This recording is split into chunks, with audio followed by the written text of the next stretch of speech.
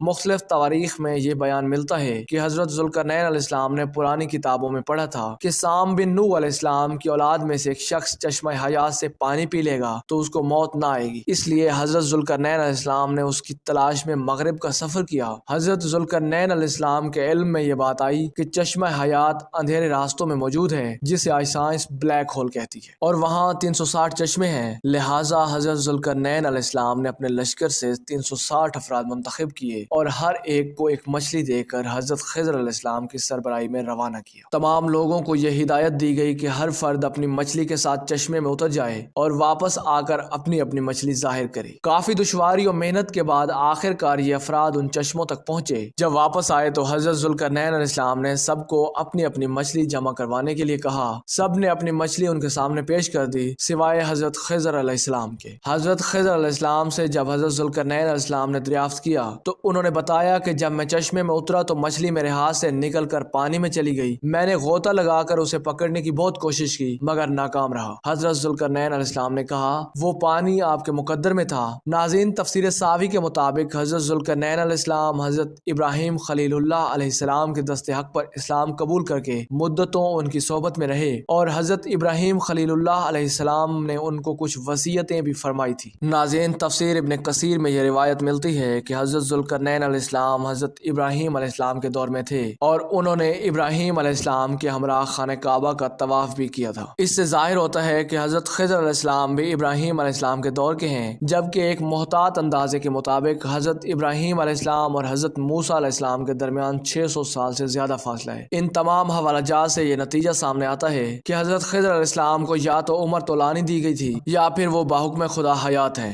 واللہ عالم۔ ناظرین، اس ضمن میں کچھ علماء، مفسرین اور مورخین کی مزید آراء پیش خدمت ہیں۔ امام بدر الدین عینی بخاری نے ان کے متعلق لکھا ہے کہ جمہور کا موقف یہ ہے کہ حضرت خضر علیہ السلام نبی تھے اور زندہ ہیں۔ مصنف بدر الدین عینی کتاب العلم باب ما ذکر فی ذہاب موسیٰ میں لکھتے ہیں کہ بحر یعنی سمندر میں لوگوں کی رہنمائی کرنا حضرت خضر علیہ السلام کے سپرد ہے۔ اسی طرح تفسیر خاضر میں ہے کہ اکثر علماء و مشائخ اس بات پر اتفاق کرتے ہیں کہ حضرت خضر علیہ السلام زندہ ہیں۔ شیخ ابو عمرو بن صلاح نے اپنے فتاوی میں فرمایا کہ حضرت خضر علیہ السلام جمہور علماء و صالحین کے نزدیک حیات ہیں۔ یہ بھی کہا گیا ہے کہ حضرت خضر و حضرت الیاس علیہ السلام دونوں زندہ ہیں اور ہر سال زمانہ حج میں ملتے ہیں۔ یہ بھی اسی سے منقول ہے کہ حضرت خضر علیہ السلام نے چشمہ حیات میں غسل فرمایا اور اس کا پانی پیا۔ ناظرین، ایک روایت ہے کہ ایک صحابی کسی کی نماز جنازہ پڑھانے والے تھے۔ یہ ایک آواز سنائی دی، ابھی ٹھہر جائیے جب تک آنے والا نہیں آتا۔ آپ رکے رہے۔ بعد میں جب لوگوں نے دریافت کیا تو انہوں نے فرمایا وہ حضرت خضر علیہ السلام تھے۔ یہ واقعہ بھی تفسیر ابن کثیر کی جلد اول میں نقل ہے۔ ناظرین، کہا جاتا ہے کہ سکندر اعظم کو شوق ہوا کہ وہ آب حیات کا چشمہ تلاش کرے اور اس کا پانی پیے۔ وہ اسے تلاش کرتا کرتا اس تک پہنچ گیا تو اس نے چشمے کے کنارے پر ایک پرندہ پایا جس کے بال اور پر جھڑ چکے تھے، کھال لٹکی ہوئی تھی، چونچ گھس چکی تھی، لنگڑا لنگڑا کر چل رہا تھا۔ سکندر نے پوچھا،